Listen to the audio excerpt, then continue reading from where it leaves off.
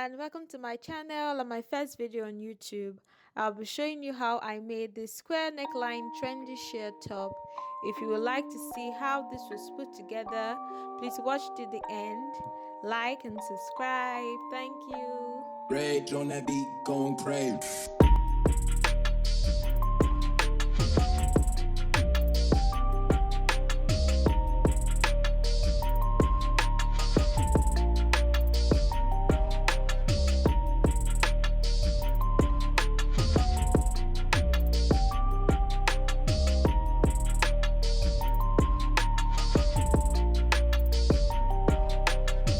For our plan, we need a bodice pattern that has a neckline, shoulder and an armhole. Since the style has a square neckline, what to do is we measure from the shoulder at neck to whatever we want the neckline, or wherever we want the neckline to stop. For example, the shoulder point and neck we measure is about 6 inches, and I'll mark at the center front. Now I will draw a line from the center front to the armhole.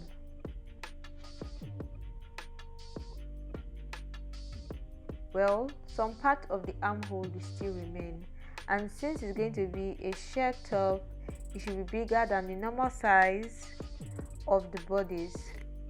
So now we'll extend the center front by adding about 10 inches both at the top and bottom and join. I'll join both sides now.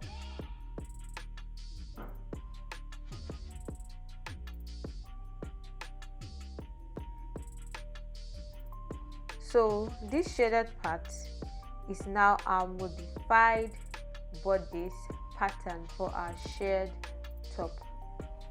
So the first thing is I'll be marking off 10 inch from my center front. This 10 inch takes care of my extension, so I'm actually extending my center front by 10 inch.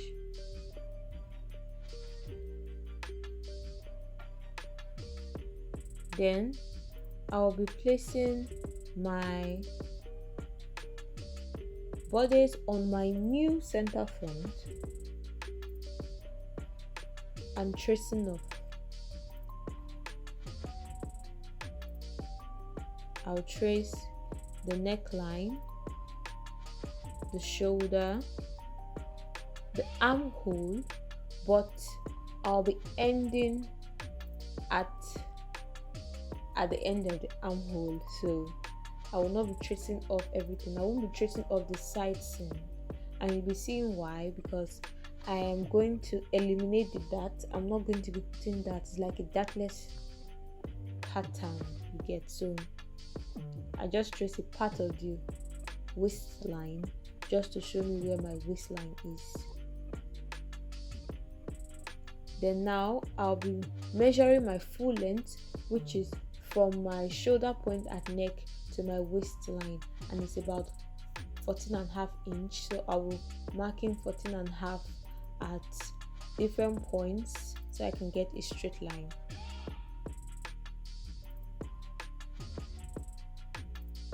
So I'll be joining that 14.5 to a part of the waistline I traced before.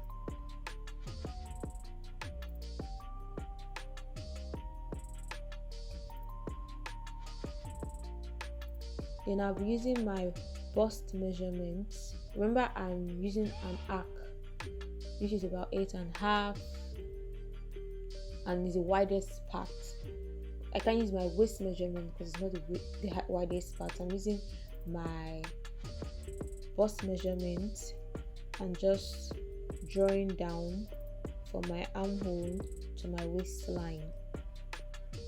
Then I'm going to be marking off my new neckline, which is about 5 inch from the shoulder point.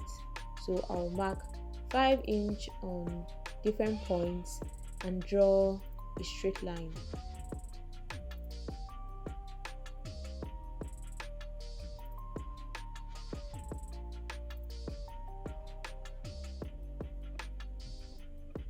So this is my new neckline, which is that square neckline we usually see on tops like this. Then I'm going to be extending my waistline by 2 inch. I decided to extend. You can decide you don't want to extend. I just wanted it a little longer so that it's not just like really crop, although it's a crop top but not really short. So I extended it by 2 inches.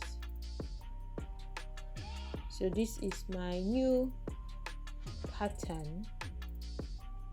Now I'm going to be going to the extension.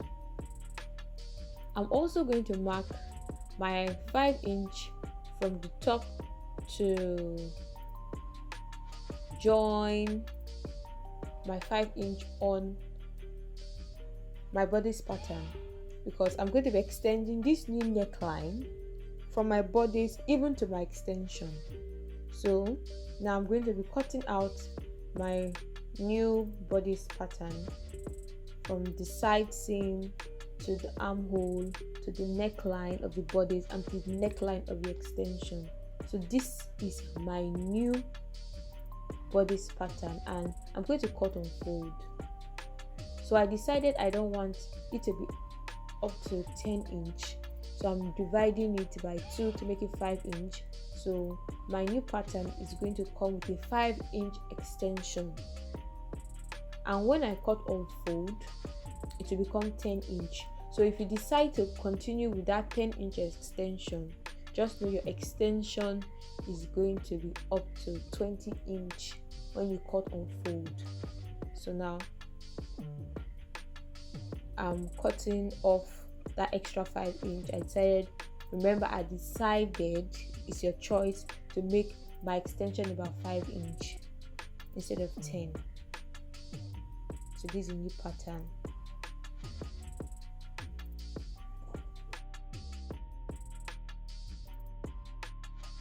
So now I've placed my modified bodice pattern on my fabric, and remember my fabric is on fold.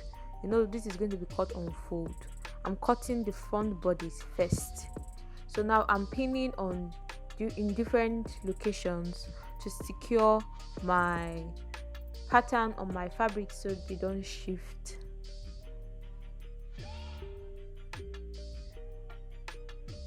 Now this whole process is about adding ½ inch allowance on my side seam, ½ inch on my armhole, then I'll be adding 1 inch on the neckline and the waistline, which is for hemming. So I'm going to be hemming. That's the way I'm going to finish the raw edge at the neckline and the waistline.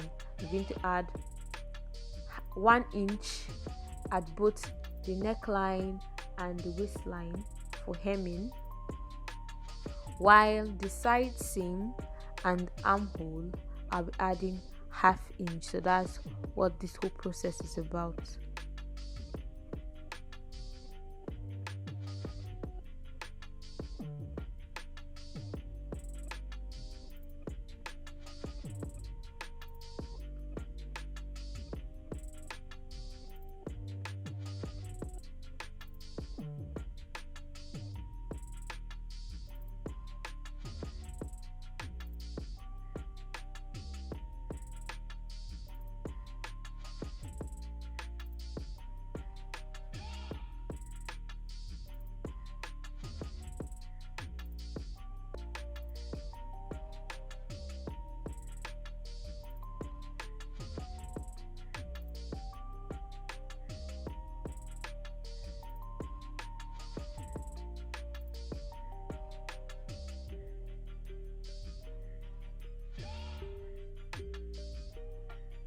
Now I'm going to cut out what I've just marked, and this is my front.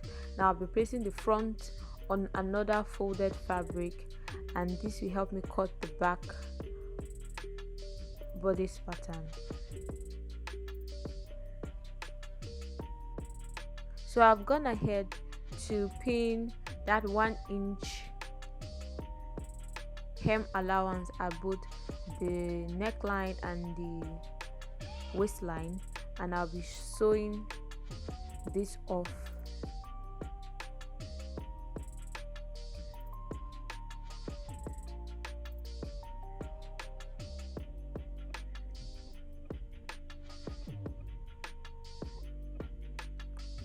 So now I'll be sewing it off, sewing it away.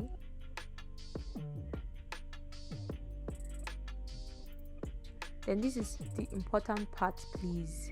The elastic thread goes into the bobbin. So if you have not done this before and you're wondering how you're going to thread the elastic thread into the needle, please, the elastic thread goes into the bobbin and into the bobbin case.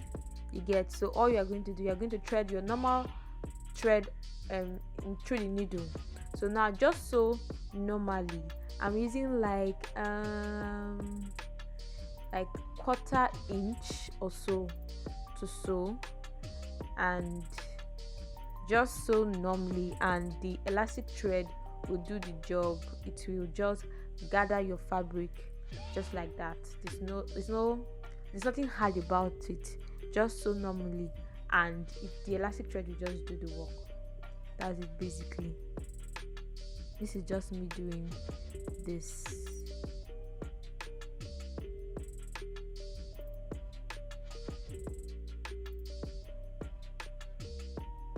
That's what it looks like.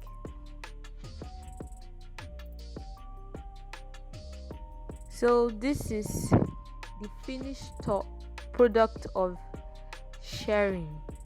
Okay, this is thousands of stitches. Like, it took me a whole day, and if you're using a manual sewing machine, get ready for cramps because it's not easy. And whether you're using a manual sewing machine or an industrial machine, it is time consuming. There's so many stitches here. So these are straps, and these will be my shoulder straps, because right now if you look at the bodice, there's no shoulder, and we're going to be adding a sleeve, so you're going to wonder where is it going to go in through. So you see that part we cut off. So this is basically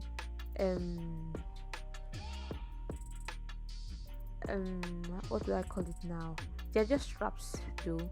They're straps we're going to be joining our sleeves to. So now these straps are about 1.5 inch, and I added 1/2 inch for allowance to use to join my sleeve to them. And so I'm going to be joining just the way you see me joining them now. I'm going to be pinning these straps at my neckline close to my armhole, just the way I'm doing now. I'm pinning them, and I'm going to sew. Because I'm sewing the matching thread, you will not see the stitch, if you understand what I mean. So this is it. So this is now giving me a full armhole.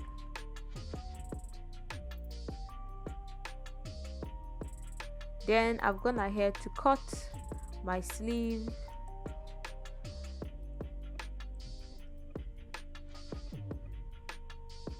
My sleeve is like a bishop sleeve, sort of. Yeah, something like that. It's a bishop sleeve, and I'm going to sew along the side seam. I'm going to hem along the hemline, and when I'm done, I'm going to be joining or attaching my sleeve to this new armhole that I got from joining these straps to my bodice. So it's going to be something like this. When I join, it will look something like this. So I've gone ahead to join.